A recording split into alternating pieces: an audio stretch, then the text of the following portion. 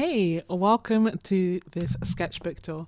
It is long overdue. It's a sketchbook that I started, I think, like 4 years ago and finished last year. It is a moleskin watercolor album in the landscape orientation, and it's so funny to have finally finished this because this sketchbook is actually it was the second ever sketchbook I started, and it was my precious sketchbook. So I had the yellow sketchbook, which I'll link the sketchbook tour of for you, where I kind of did my everyday stuff. And then this sketchbook was reserved for the pieces that I was really, really excited by, or that I thought would be really good. So I reserved it for the creme de la creme at the time. And it's so funny to look back on it now and to just see how my art has changed. So this very first piece to start things off was actually painted from life. I was looking out on Box Hill, sat down and then just painted this with my, I think, relatively cheap chalky watercolors. And I love this for a number of reasons. I think primarily because it reminds me of being there, and although I can see that there are mistakes and the paints were funny and whatnot, I just love the sense of depth that I got, and I love the memories that it brings back. And I think it was a beautiful way to to start off the sketchbook. Following that, I then created these pieces. So this was, again, looking out from life, and there was no water here. It was just like a field, but I kind of, liked the idea of imagining I was somewhere else, so I added some water. And then here, I was just trying to do some simple, I guess, like silhouette paintings, and added like stars, a starry night, and I thought that was really nice. And then here, I did like an abstract piece, again with the Starry Night. And then, I don't know why I decided to do this random stripe. I think I was just trying to try different things. And all these pieces are from 2019. So this is July 2019. I think actually what happened is I started off with the scripture, and then I wanted to kind of create a piece of art that complemented the scripture. And I'm not sure why this is what I ended up with, but I like it. It's certainly different.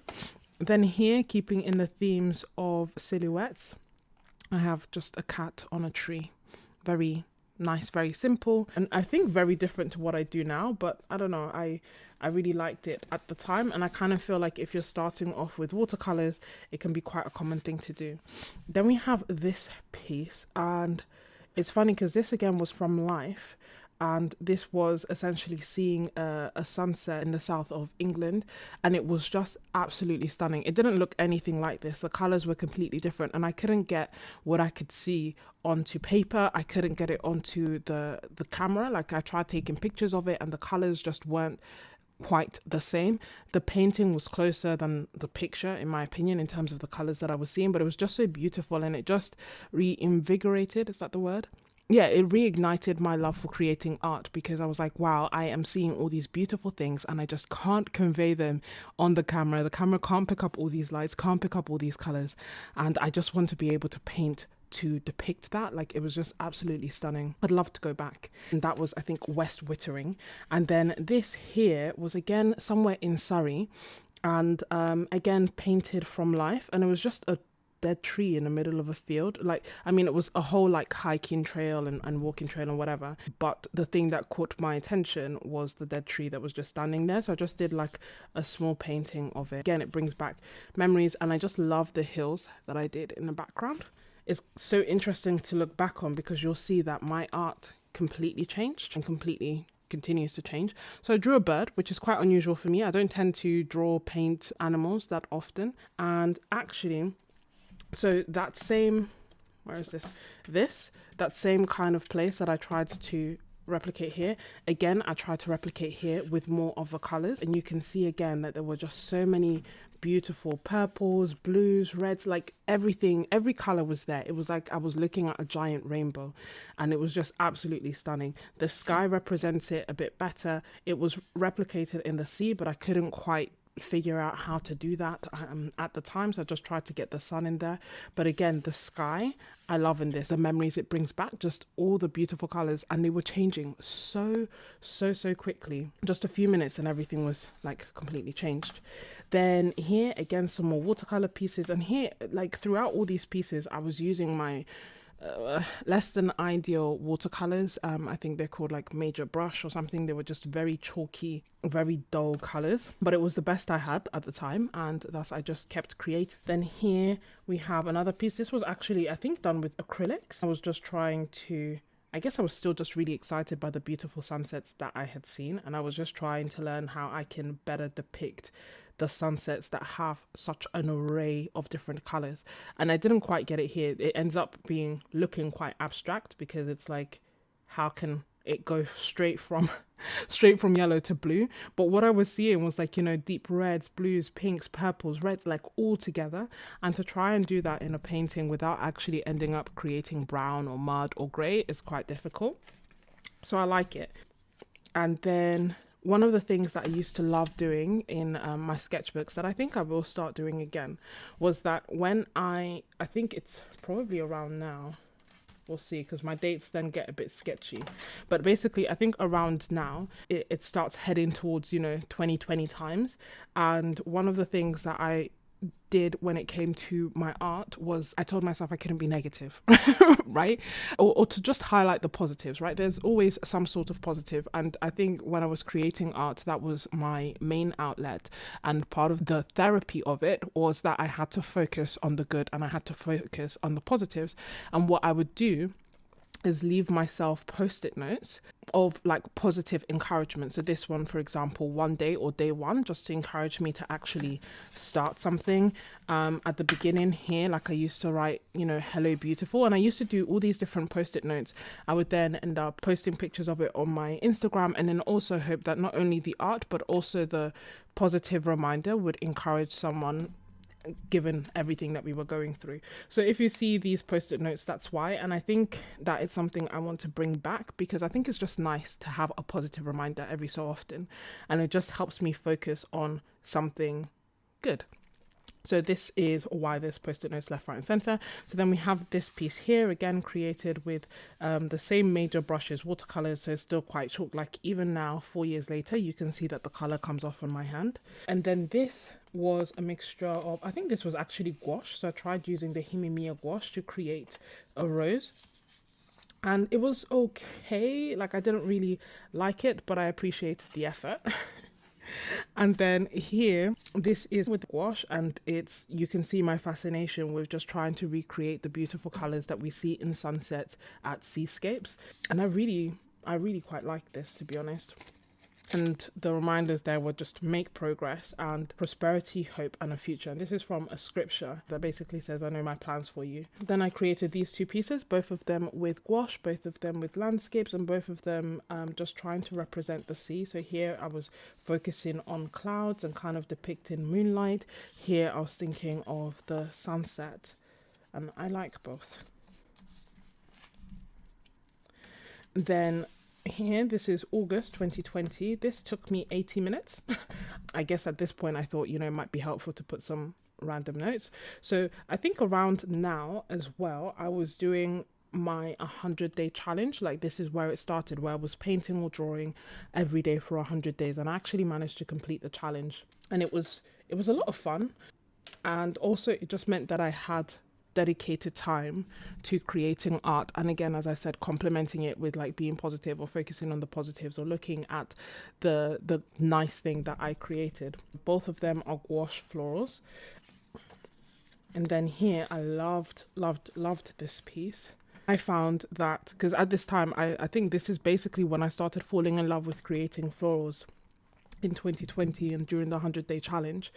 And one of the things that I kind of struggled with was that I feel like I love my drawings more than my paintings. Like the finished results, I love the drawings. The process of creating, I love the paintings. So with this, I remember just really being happy with it because I kind of got to do a bit of painting. So I got to kind of appease that, enjoyment that I get from actually painting. And then combining it with the drawings, I just felt made the art piece a lot stronger because I like my drawings more. And again, just trying to carry that forward here. And it's funny because with time now, I just tend to paint more because, as I say, I just enjoy painting more.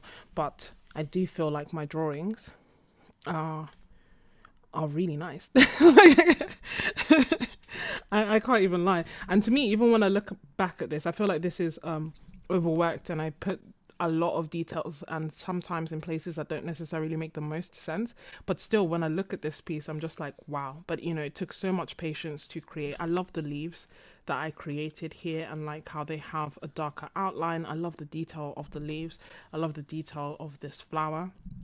So yeah, it's just really nice looking back on this, because yeah, I do feel like my drawings, I really like my drawings. I really like the finished results, whereas with the paintings, I feel like they are simpler, they feel more like beginner, but I enjoy the process more. So in the end, over the past few years, as you have seen, I've kind of decided, you know what, if I enjoy the process, then that's what I'm going to go with.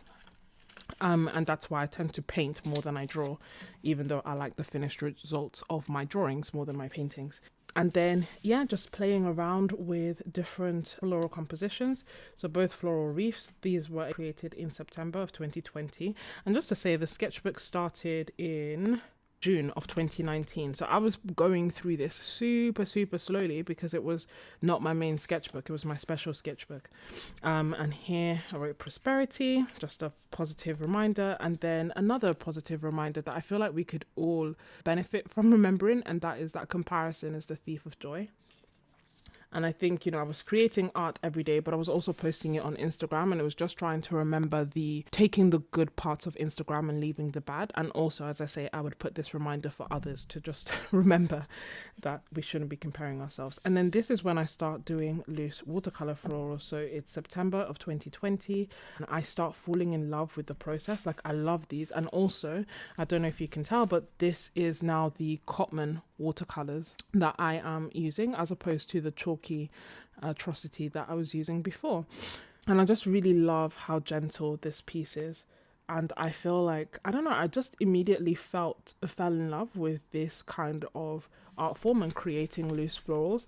I enjoyed the process, I enjoyed the results, and it just felt like the best of both worlds. And as you could see before, I had actually started gouache florals, but I didn't really enjoy the process of creating gouache florals, and I didn't like the results as much. Whereas with watercolor, I enjoyed the process and I loved the results.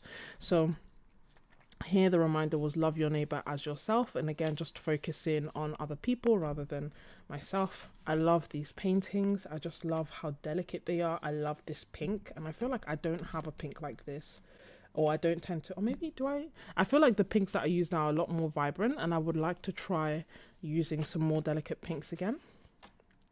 And all of these you can see are September. So this is 25th of September, 26th of September, 28th, 29th. So I'm building up that practice and also just enjoying the process. I start incorporating inks with my watercolors, and I love this. And it's funny because then it leads on to my continuous debate of, do I add inks or do I leave inks when it comes to my loose florals? And I just kept going back and forth, because honestly, I love both. So sometimes what I would do is leave it like this, then take a picture of it, and then on my iPad I add ink, or just scan both. So scan it like this, then add ink, then scan it again, so that I have two versions. And then here, this is my Himimiya gouache, and this, I still till date love this piece. I love it. This was created almost a year later. So this is September 2020, and then July 2021 we're back at it. And I think in the interim I finished the yellow book and I started a number of different sketchbooks, because shortly after, so in December of 2020 is when I started my YouTube channel, so my focus kind of changed. And then back in the summer, I absolutely love this piece. I created it with the gouache, and I just love the colors in it. I love the complementary colors, and it's funny because I feel like I made all these decisions at the time, and I don't know, like it just came instinctively. But still, I was quite a beginner, I feel, especially when it comes to gouache. But I just really, till date, really like it. It's still one of my favorite pieces. And then here I tried to do a painting to represent London with watercolors. And I remember I did it first in watercolors. I didn't quite like it. I'd added ink to kind of make it a bit better. And still, I feel like it's not my favorite. It's not the best. Like, obviously it represents London. Like, you know, we have a phone box, the red bus, the black cab. That's not black because some of them have different colors. But I think what's throwing me off is the like perspective here is on the car is off. But what I do like is like the gentle shadows in the back. And I also like that, you know, ultimately I did manage to convey what I was trying to convey, perhaps in a more rudimentary way. But this here, love it. And then continuing with, this is how I start falling in love with creating gouache landscapes, because as you can see, I'd started with gouache florals, didn't quite like that process, then moved on to watercolor landscapes as well, didn't quite like that process. And then when I switched the two and started creating gouache landscapes and watercolor florals, I was like, this is amazing. Like, I don't have to stick to one medium. I can just use whatever medium I want. So this is again another piece that I created in July of 2021, and I just love it. I just really enjoyed creating this, depicting light in this, and how this is like dropped back in the shadow, and how I use like purples for the shadows. And it just helped me, encouraged me to just use different colors and just play around. And again, here, this is like Cuba. I feel like it's not the best, again, like cars seem to be hit or miss for me, but I just love the colors that I incorporated in this. And then this is kind of like a changing point for me.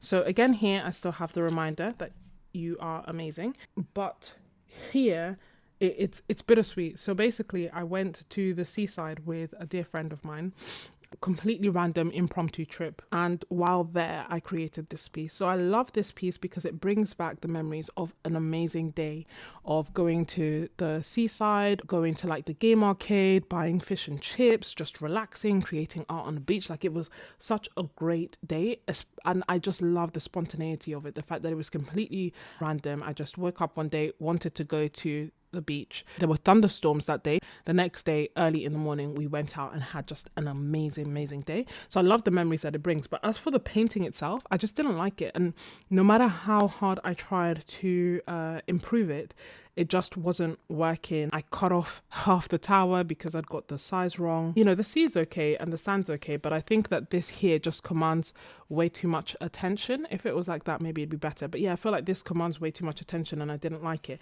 But it does bring back good memories.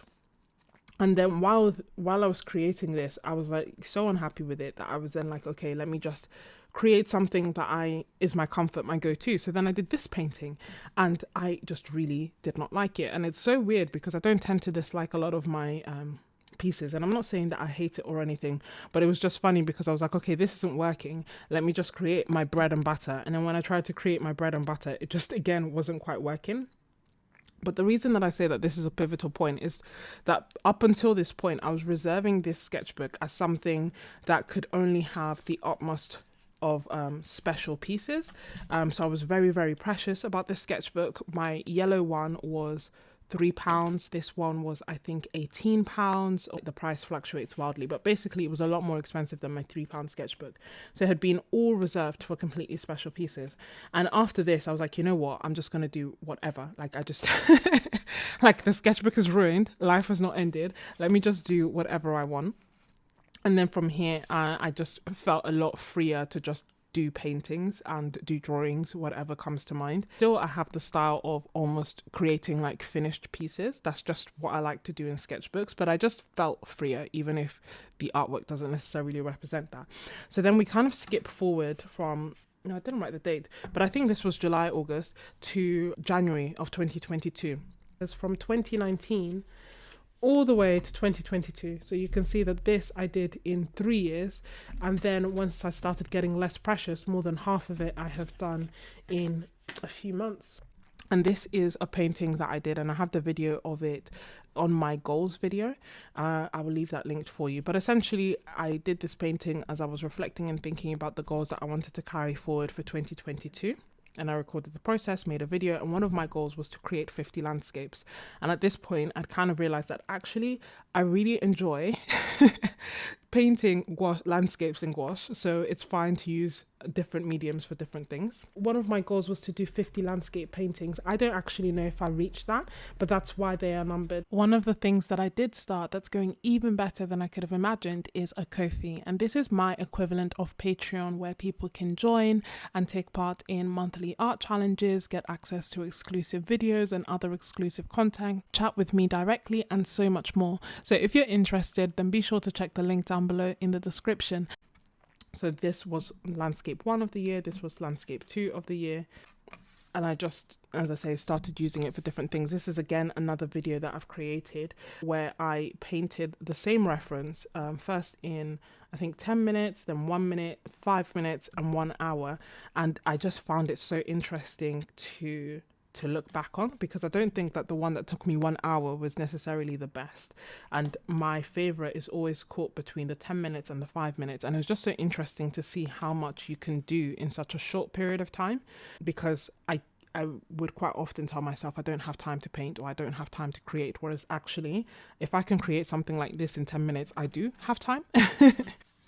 So that was really interesting. Then we come to this piece, and so with this one I've made a video about it, a real-time video sharing it, but essentially what I had done is I had done that exercise of time studies, and then with this I set a stopwatch, like a count up timer, but I didn't look at it. I just painted without time in mind and kind of wanted to see what would be my more natural time and would my art look different if I am not timing it. So this ended up taking 20 minutes, and I think it was my favorite of them all, although I still really like the 5-minute one because I just think that the contrast was just really good. This one was 20 minutes, and then I just decided I had divided the pages up in panels, so I kind of felt like, let me continue with this fruit theme. January of 2022, and I just painted these cherries. Again, all of these have been in gouache. This is in gouache too.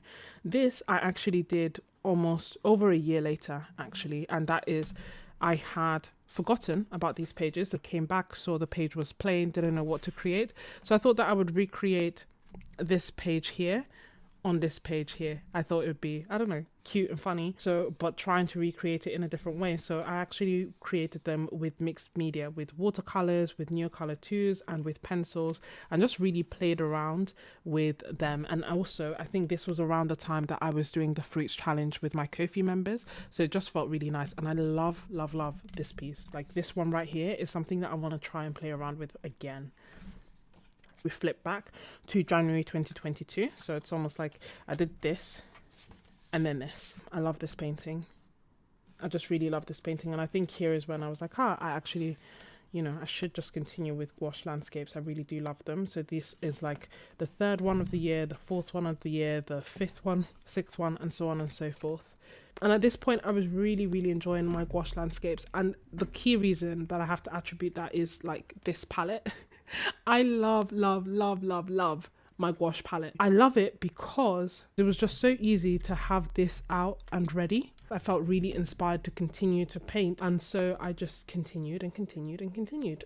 If you're enjoying this video, then don't forget to hit the like button and to consider subscribing and hitting the notification bell so that you don't miss any videos. Not only does it make a massive difference to this channel, but it also keeps me going when I'm editing, so thank you so much in advance. I definitely should go back. Then this was done in April of 2022 using gouache, and it's from a photo that I took in Venice, and I absolutely love it. And this actually inspired me to create a small ebook of my time in Venice, but also how to do gouache landscape paintings of Venice. So I'll leave it linked down below in case you're interested, because it has pictures of the step-by-step process, but then it also has some sped up videos. I really loved this piece. I love the details that I added. Again, I created it with Winsor & Newton gouache, and I liked it so much that I didn't want to paint anything here because I didn't want to like ruin it, if that makes sense. Then next we have this piece, which was done in July of 2022. And this one, it's funny, I created during a live stream. Miss Ebony and others will remember it very clearly because I basically wanted to start using up my red paints. I just noticed that most of my paintings just didn't have much, if any, reds, I think apart from this one. So I found this beautiful reference that I wanted to use, and then while painting it, Miss Ebony pointed out that it looked like the house was on fire. Anyway, I just felt like this was the perfect example of situational awareness because honestly I had no idea, and then once she had mentioned it, it was all that I could see. So the rest of the live stream, we all laughed about it, and I just spent ages just trying to correct, and in the end I really love this piece. And I don't feel like it looks like it's ablaze, so I'm glad that she pointed it out. Honestly, I can't remember why I created it, when I created it, what I was thinking about. Like, it's just a whole bunch of randomness, from the sea to the beach to the forest to the mountains. I don't really know what was going on, but nevertheless it's there. And then these were some lights that I saw in a really nice Turkish restaurant in Leeds, and a clock tower. This is from going to Kew Gardens. While there, it started raining, so that's why there's all this kind of like effect on it. And at first I was going to paint over it and cover it, but then I kind of liked that it still brings back my memories of my time there, and it's kind of rough and rugged, and I still like the, you know, how to pick the shadows and the lights, and it's a lot of information in a small painting, so I kept it as is. And then this was again from a live, and using the Kuretake Gansai watercolor paints. And the reason that I did this was actually because I wanted to see if they did get shiny when added in mass tone, and they do. I feel like you can see it more so like on the car, like right on the edges. It was just an opportunity for us to, yeah, maybe you can see it there. It was just an opportunity for us to experiment with these colors and see what happened. And then here, so what was I doing here? These are both gouache paintings. Oh yes, I was painting water. So both of these are for my members, basically trying to demonstrate how I like to paint water using gouache in different ways. And I'll leave the link for the video down below. But essentially like waters that have waves in them versus waters that are still. And these are the kind of techniques that I then apply when doing paintings like this and like this. And here, I love these two paintings. So this was done in September of 2022, both of them.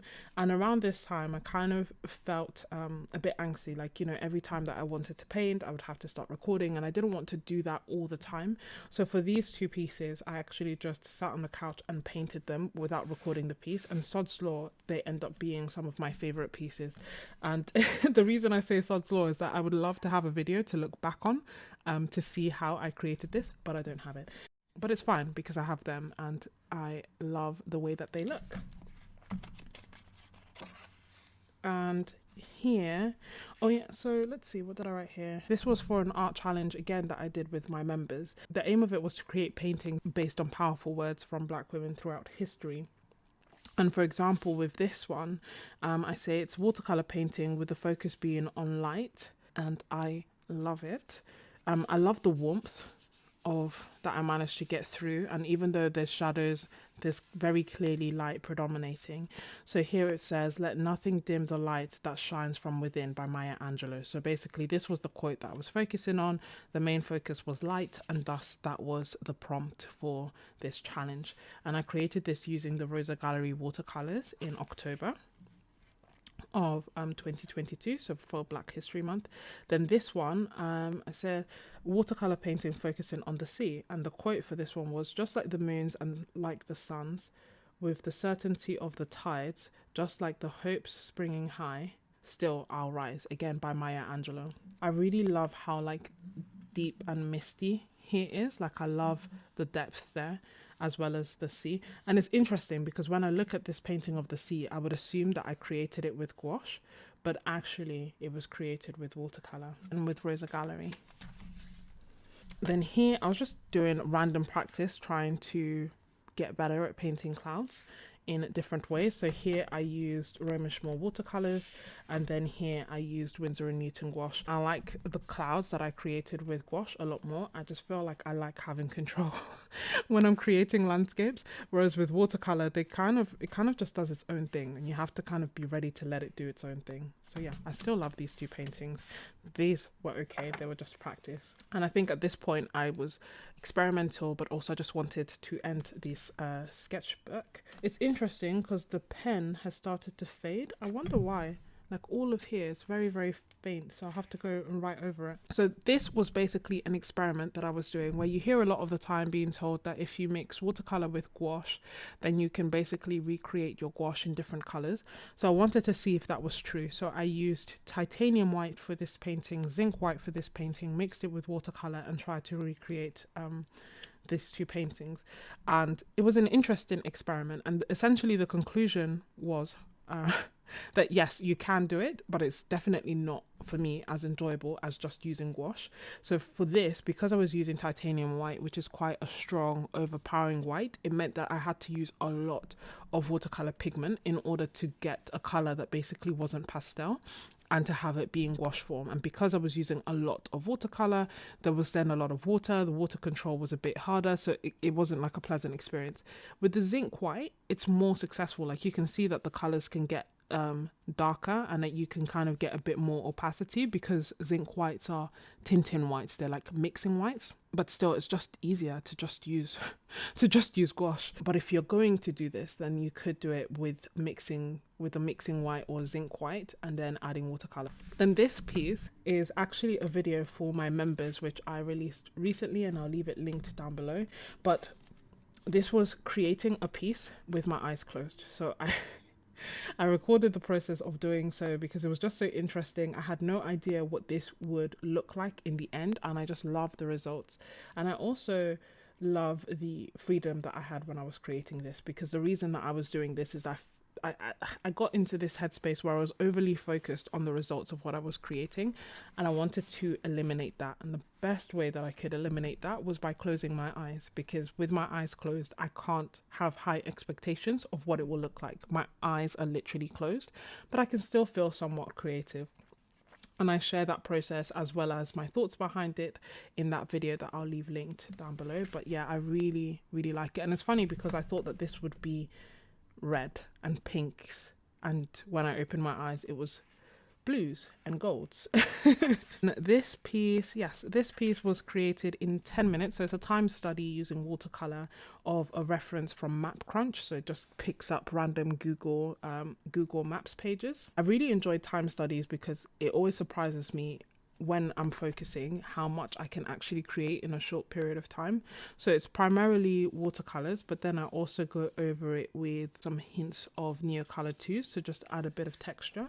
Same for this one, again Map Crunch, and this one was 12 minutes, and I kind of really like the random flowers that I depicted there, showing a lot of information in a short period of time.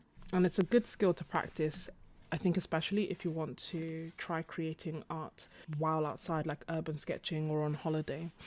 Then this very random piece I can't explain to you, but essentially mixed media florals with watercolor and with Neocolor 2s.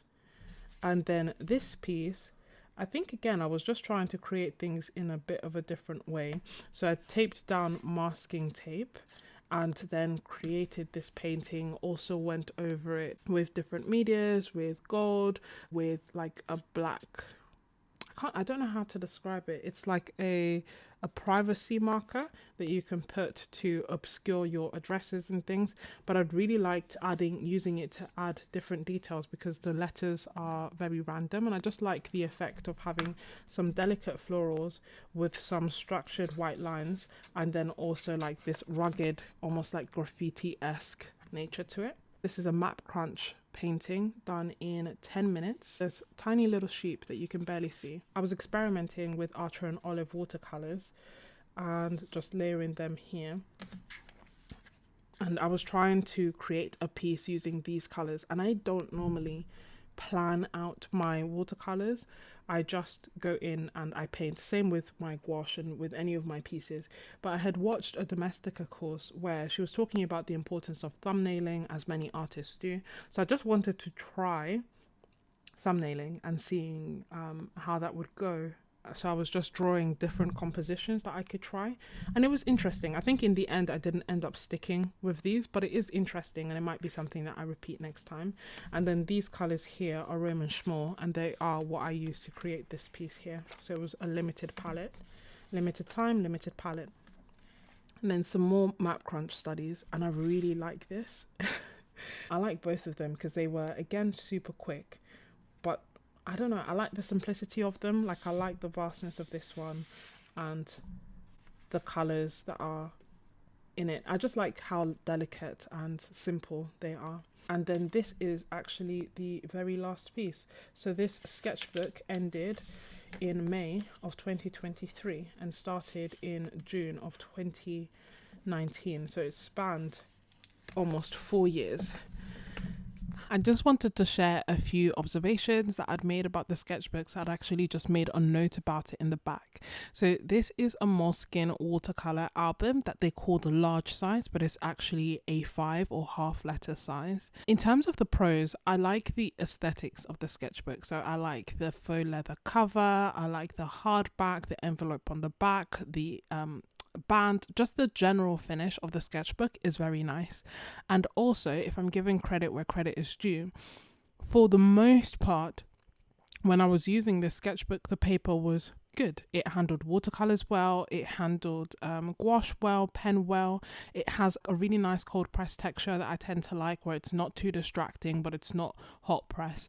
So all in all that was good. However, the big major con is that the inconsistency when it comes to the Moleskine watercolor album. So I've bought this one, which was fine for around about 3 years, and towards the end the sizing started to go.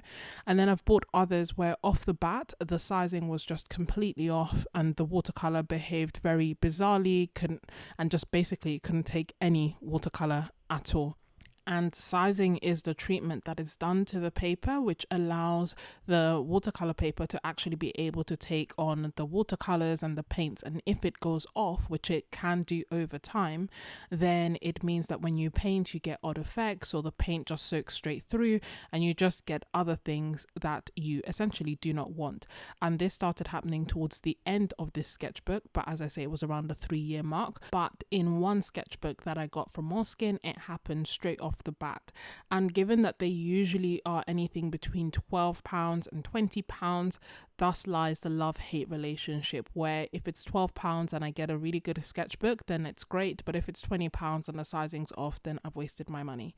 And that is why I've been exploring alternative affordable options for a mixed media watercolor sketchbook. So because of that, this is probably not a sketchbook that I'm going to be getting again in the future. Unfortunately, I made that discovery after buying quite a few sketchbooks when they were on sale. So I do have quite a few of them that I need to get through. But my hope is that I will get through them quickly enough that the sizing won't go off, and hopefully I won't have any that have that weird sizing. And if they do, I'll probably just have to end up using them for either dry media or gouache or something else.